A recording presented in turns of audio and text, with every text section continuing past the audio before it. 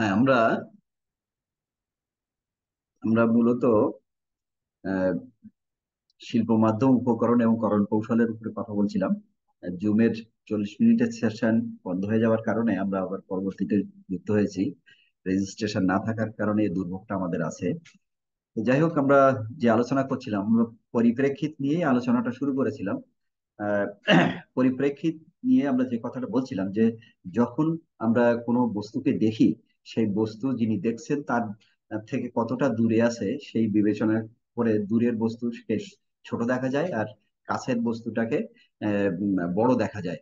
আমরা যখন এই বিবেচনাটাকে মাথায় রেখেই যখন আমরা কোনো চিত্র অঙ্কন করবো এবং সেখানে অবজেক্ট গুলারে আমরা বসাবো, তখন এই নিয়মটা আমাদের মানতে হবে যে সামনের দিকে আহ, দর্শকের কাছেই যে অবজেক্টটা আছে, তুলনামূলকভাবে যারা দূরে আছে তাকে ছোট আঁকতে হবে।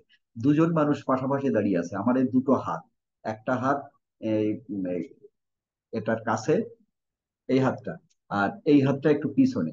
এই দুটো হাত কিন্তু একই সাইজে দেখাচ্ছে না। দেখাচ্ছে কি স্ক্রিনে? আমার আঙুলের সাইজ কি একই রকম দেখাচ্ছে?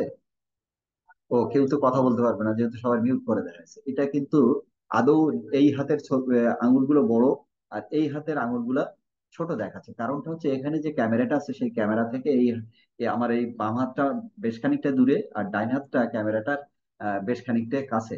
সে কারণে এরকম দেখাচ্ছে। এটাই হচ্ছে বাস্তব। আবার যখন দুটোকে প্যারালালে নিয়ে আসছি তখন কিন্তু দুটো হাতের আঙুল কিন্তু একই রকম দেখাচ্ছে।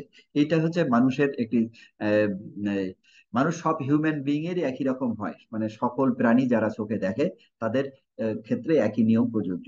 এই যে নিয়ম, এই নিয়ম অনুসরণ করেই আমাকে আসলে চিত্র আঁকতে হবে। তাহলে পরিপ্রেক্ষিতের সংজ্ঞায় যদি আমরা আসি, তাহলে এই বিষয়টা কি আসবে? আসবে হচ্ছে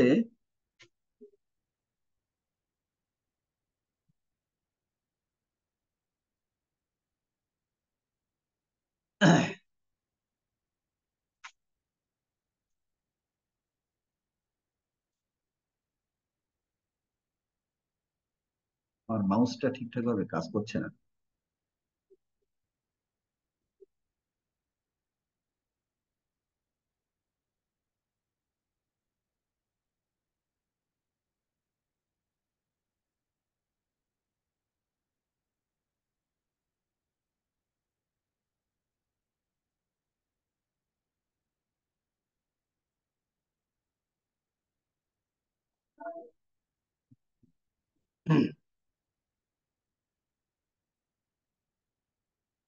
এখানে পরিপ্রেক্ষিতের সংজ্ঞাটা এখানে বলা আছে কি, যে বাস্তব ক্ষেত্রে মূলত একই আকারের বস্তু যখন কাছে থাকে তখন তাকে আমরা বড় দেখি, যখন সে দূরে থাকে তখন তাকে আমরা ছোট দেখি।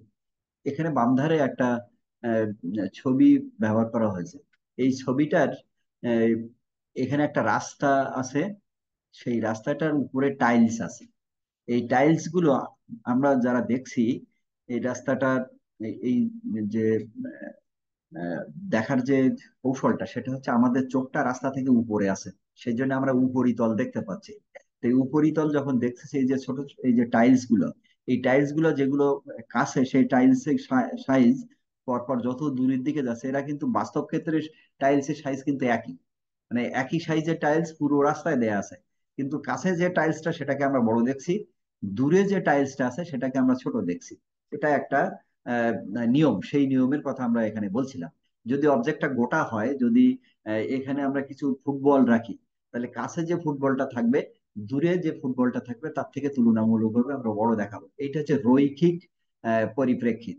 এখানে আরেকটা বিষয় আছে, সেটা হচ্ছে যখন মানুষ দেখে কোনো, তখন সে আহ, চোখের যে কৌণিক, সেটা হচ্ছে যে এইখানে 120 ডিগ্রি পর্যন্ত সে দেখতে পায়। তার মানে হাতটা এখান থেকে নিয়ে আসলে এইদিকে যে কোণ, এদিকে যে কোণ, এই কোণের মধ্যে কি ঘটলো ঘটনাটা?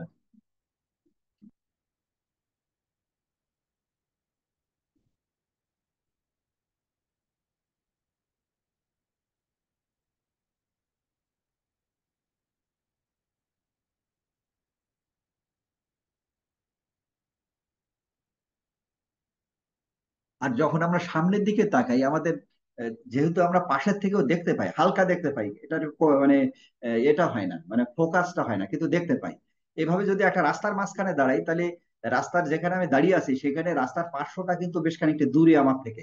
ফলে এই রাস্তাটা যখন দূরের দিকে তাকাই, তাহলে মনে হয় যে রাস্তার পার্শ্বগুলো আস্তে আস্তে কাছাকাছি এসে দূরের দিকে গিয়ে একটা জায়গায় মিলে গেছে। এই রাস্তাটা যদি দিকে তাকাই, এইখানে আমি যদি দাঁড়িয়ে থাকি, তাহলে রাস্তার দুধার কিন্তু অনেকটা বড়। আর সেই রাস্তাটা আস্তে আস্তে এই যে একটা গির্জার সামনে পর্যন্ত যখন গেছে, তখন এই রাস্তাটা প্রায় মিলে গেছে। এইটা হচ্ছে পরিপ্রেক্ষিতের অন্যতম নিয়ম। মানে রেল লাইন কিংবা এই জাতীয় বা রাস্তার পাশের যে রেল লাইনের খুঁটি কিংবা ব্রিজ, এটা যখন দূর থেকে দেখি অনেকটা লম্বা যদি হয়, তাহলে দূরের দিকে এটা মিলে গেছে বা এক জায়গায় জুড়ে গেছে এরকম মনে হয়। ঠিক একইভাবে আকাশ এবং যদি ভূমির সমতল দেখি, তাহলে দুটোকে অনেক দূরে যখন দেখি, তাহলে ওটা নিচু হতে হতে দেখা যায় যে পরস্পর পরস্পরের সঙ্গে মিশে গেছে। আমরা যখন চিত্র অঙ্কন করব, তখন এই মিশে যাওয়ার যে বিষয়টা, সেটা আমাদের মনে থাকতে হবে।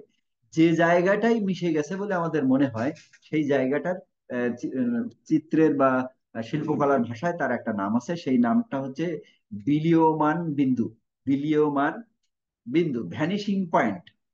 আর যে সমতলে উপর এবং নিচে আকাশ এবং ভূমির সমতল পরস্পরের সঙ্গে মিশে গেছে, সেইটা হচ্ছে আমাদের ভূমির সমতল, বা আমরা যে সারফেস এরিয়াটা দেখতে পাই, সেটার দুটোর মিলিত যে জায়গাটা, বা এটার একটা আহ, ব্যাকরণের প্রতিভাষা আছে, প্রতিশব্দ আছে, মানে চিত্রকলার ব্যাকরণের প্রতিশব্দ। এইটার নাম বলা হয় হচ্ছে দিগন্ত রেখা। তাহলে বিলীয়মান বিন্দুতেই মূলত দিগন্ত রেখা হরাইজন্টালি অঙ্কন করা হয়। ওর উপরে যে জিনিসটা থাকে সেটাকে আকাশ, নিচে যে জিনিসটা আছে সেটা ভূমি সমতল হিসেবে বিবেচনা করা হয়। আমরা পরের স্লাইডে যদি যাই, তাহলে আমরা দেখতে পারবো যে এই পরিপ্রেক্ষিত দু ধরনের হয় প্রধানত। একটা হচ্ছে রৈখিক পরিপ্রেক্ষিত, যেটা আমরা এতক্ষণ আলোচনা করছিলাম। আর একটা হচ্ছে যে রঙের পরিপ্রেক্ষিত। আর এখানে কোথা থেকে দেখতে পাচ্ছি বা কত ডিগ্রি অ্যাঙ্গেল কিংবা কয় ডাইমেনশনে আমরা দেখতে পাই, সেই বিবেচনায় পরিপ্রেক্ষিতটাকেও বিবেচনা করা হয়। সাধারণত যে কোনো একটা অবজেক্টকে আমরা 3 ডাইমেনশনে দেখি, তার মানে 3 দিক থেকে দেখতে পাই, যেটা আমি আগেই বলেছিলাম। যখন দুটো বস্তু পাশাপাশি থাকে, সেখানেও কিন্তু এই ডাইমেনশনটা খুবই জরুরি। আর এই ডাইমেনশনটার আরেকটা বিষয় যখন থাকে, সেটা হচ্ছে যে যখন বড় বস্তুর পাশে আমরা দাঁড়িয়ে থাকি, তাহলে সেই বড় বস্তুটার পুরোটা আমরা দেখতে পাই না। তখন এর কৌণিক অবস্থানটা আহ, আরেকটা ভাবে এটাকে 4 ডাইমেনশন হিসেবে বিবেচনা করা হয়। এই যে ছবিটা আমরা এখানে বাম ধারে রেখেছি, এই ছবিটা হচ্ছে দুটো উঁচু ইমারত। এই ইমারতের ঠিক মাঝখানে দাঁড়িয়ে একজন মানুষ, মনে করি আমি যে সে ভূমিতে শুয়ে পড়েছে, পড়ে এবার উপরের দিকে দেখছে। তখন মনে হবে যে বিল্ডিং গুলা কাছে এসে আহ, আহ, মিশে গেছে, উপরের দিকে যেন এসে মিশে গেছে। এই যে আমরা যখন ওই যে উপরের দিকে তাকাই, বিল্ডিং এর পাশে দেখি, মনে হয় যেন বিল্ডিংটা আমার দিকে হেলে আসছে, এরকম মনে হয় না? যে একদম উঁচু বিল্ডিং যদি হয়তো মাথার টুপিটাই ঝরে পড়ে যায়। এটা একভাবে দেখা যায়। আবার যদি আমরা এই বিল্ডিংটা ঠিক উপর থেকে দেখতাম, তখন মনে হতো যে বিল্ডিং গুলার উপরের মাথাটা দূরে সরে আছে আর তলাগুলো এক জায়গায় মিলিত হয়েছে। এভাবে পরিপ্রেক্ষিতের বিবেচনাটা আমাদের নিতে হয়, আমাদের চিত্র অঙ্কনের সময় বিষয়টা আমাদের আসতে হবে। আমরা এর আগে বলেছিলাম যে রঙের পরিপ্রেক্ষিত বলে একটা আছে, এবং রৈখিক পরিপ্রেক্ষিত আছে, যেটা আমরা রঙের পরিপ্রেক্ষিত নিয়েও কিন্তু আমরা আলোচনা করেছিলাম, যেখানে আহ, আমাদের এক্স রে ড্রয়িং এর সময় যে কি কৌশল নিতে হয় সেটা বলবার সময় কিন্তু রঙের পরিপ্রেক্ষিতের একটি ছোট আলোচনা হয়েছিল। আমরা এখানে আরেকটু ইলাবোরেটলি কথা বলতে চাই। সেটা হচ্ছে রঙের পরিপ্রেক্ষিতের সময় বলা হচ্ছে, যদি দর্শকের কাছে কোনো অবজেক্ট থাকে, তাহলে সেই অবজেক্টের যে রংটা, সেটা অনেক বেশি গাঢ় হবে। আর যখন অবজেক্টটা দূরে চলে যাবে, তখন অবজেক্টটা রৈখিক আহ, হিসাবে যেমন ছোট হবে, ঠিক পাশাপাশি রং যদি ব্যবহার হয়, তাহলে সে রংটা অনুজ্জ্বল হতে থাকবে। এবং সব থেকে দূরে যে অবজেক্টটা থাকবে, সেই দূরের অবজেক্টটা প্রায় রং থাকবে না, বা একদম ফ্যাড হয়ে যাবে, এরকম বিবেচনায় নিতে হবে। এই বিবেচনা করে যদি আমরা চিত্র অঙ্কন করি বা রঙিন ছবি আঁকি, তখন সেই যে হিসাব, এই হিসাবটাই হচ্ছে রঙের পরিপ্রেক্ষিত। রঙের পরিপ্রেক্ষিত হচ্ছে, আমরা আবারও যদি আলোচনা করি, যখন সামনে থাকবে তখন সে স্পষ্ট কালার থাকবে, একই কালার যখন দূরে চলে যাবে তখন সেটা আস্তে আস্তে অস্পষ্ট হবে। আবার রং ব্যবহার করবার ক্ষেত্রে যে আমরা যখন দূরের বস্তুটাকে আমরা যদি ড্রয়িং যখন করি, তখন তাকে অস্পষ্ট রং দিয়েই সেটাকে আঁকতে হবে, এটাই হচ্ছে স্বাভাবিক। এটাকে মানে 100 ভাগ ক্লিয়ার অঙ্কন করা যাবে না। যেমন আমি একজন মানুষ সামনে আছে, তার চোখ যত স্পষ্ট করে আমরা আঁকবো, আহ, সেই মানুষটার একই জায়গা থেকে দেখতে পাচ্ছি দূরে আর একটা মানুষ আছে, সেই মানুষটার চোখটা কিন্তু আমরা স্পষ্ট দেখতে পাই না, বাস্তব ক্ষেত্রে আমরা পাই না।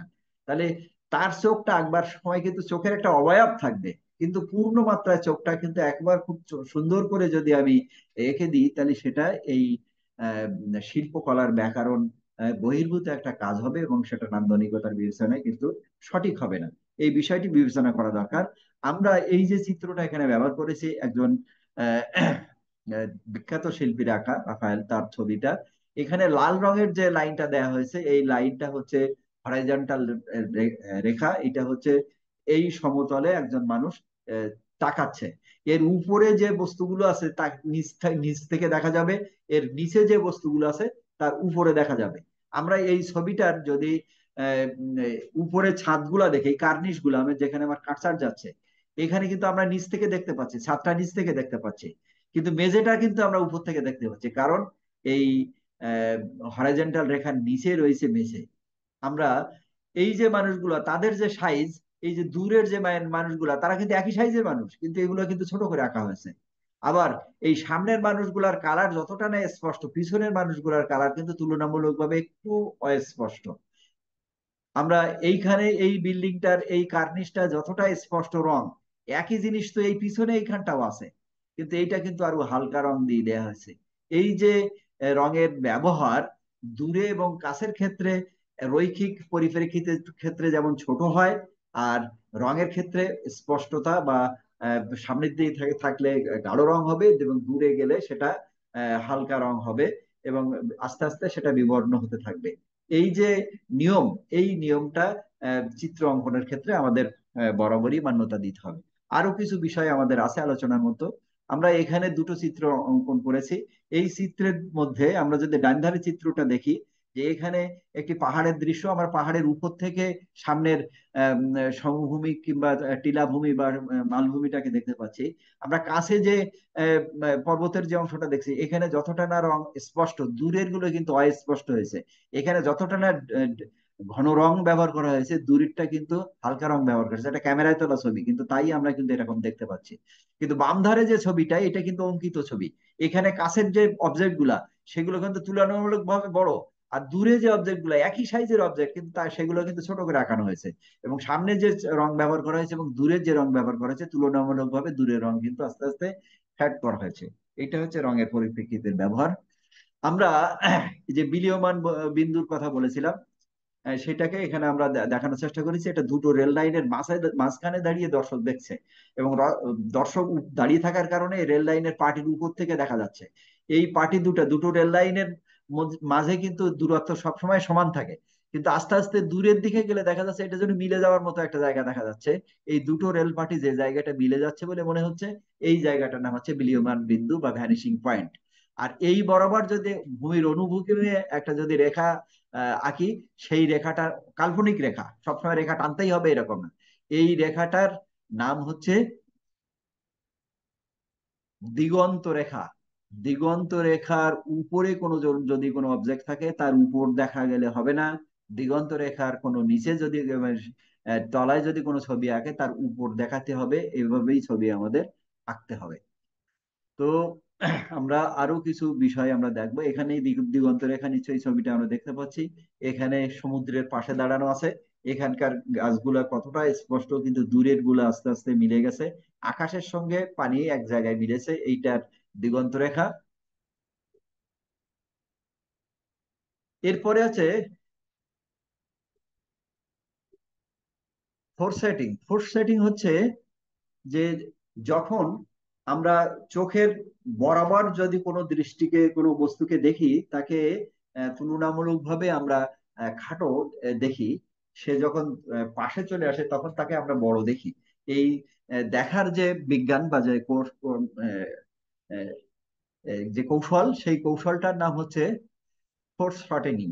ফোর মানে ফোর মানে তো আমরা সামনে বুঝি, বা উপরি, উপরি থেকে বা সামনে থেকে যখন শর্ট হয়ে যাবে, পাশের দিকে গেলে সে আস্তে আস্তে শর্ট হতে থাকবে। এইটা দেখবার যে কৌশল, সেই কৌশলটাই এখানে আমরা এখানে একই মানুষের চারটা ছবি আহ, পাশাপাশি নিয়ে আসছি কিন্তু।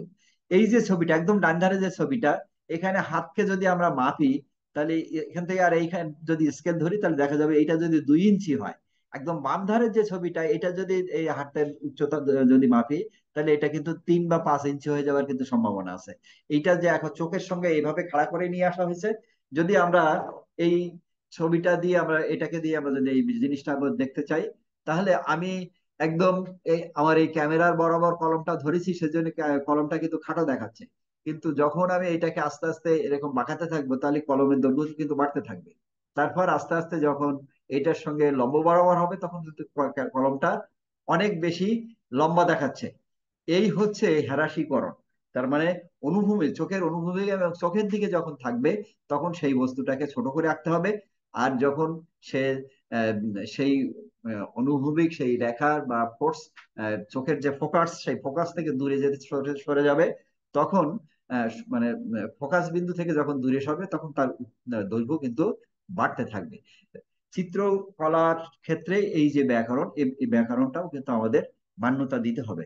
তাহলে আমাদের ছবিটা একটি ভালো ছবি হিসেবে তৈরি হতে থাকবে। আমরা আজকের আলোচনাটা এখানে আমরা শেষ করতে চাই। আমাদের পরের আলোচনাটা এখানে যা লেখা আছে আমরা সেইগুলোই আঁকবো। চেষ্টা করব যে ক্যানভাস, পটচিত্র এবং ফ্রেস্কো চিত্র, এখানে একটা রফলা বাদ দিয়েছে।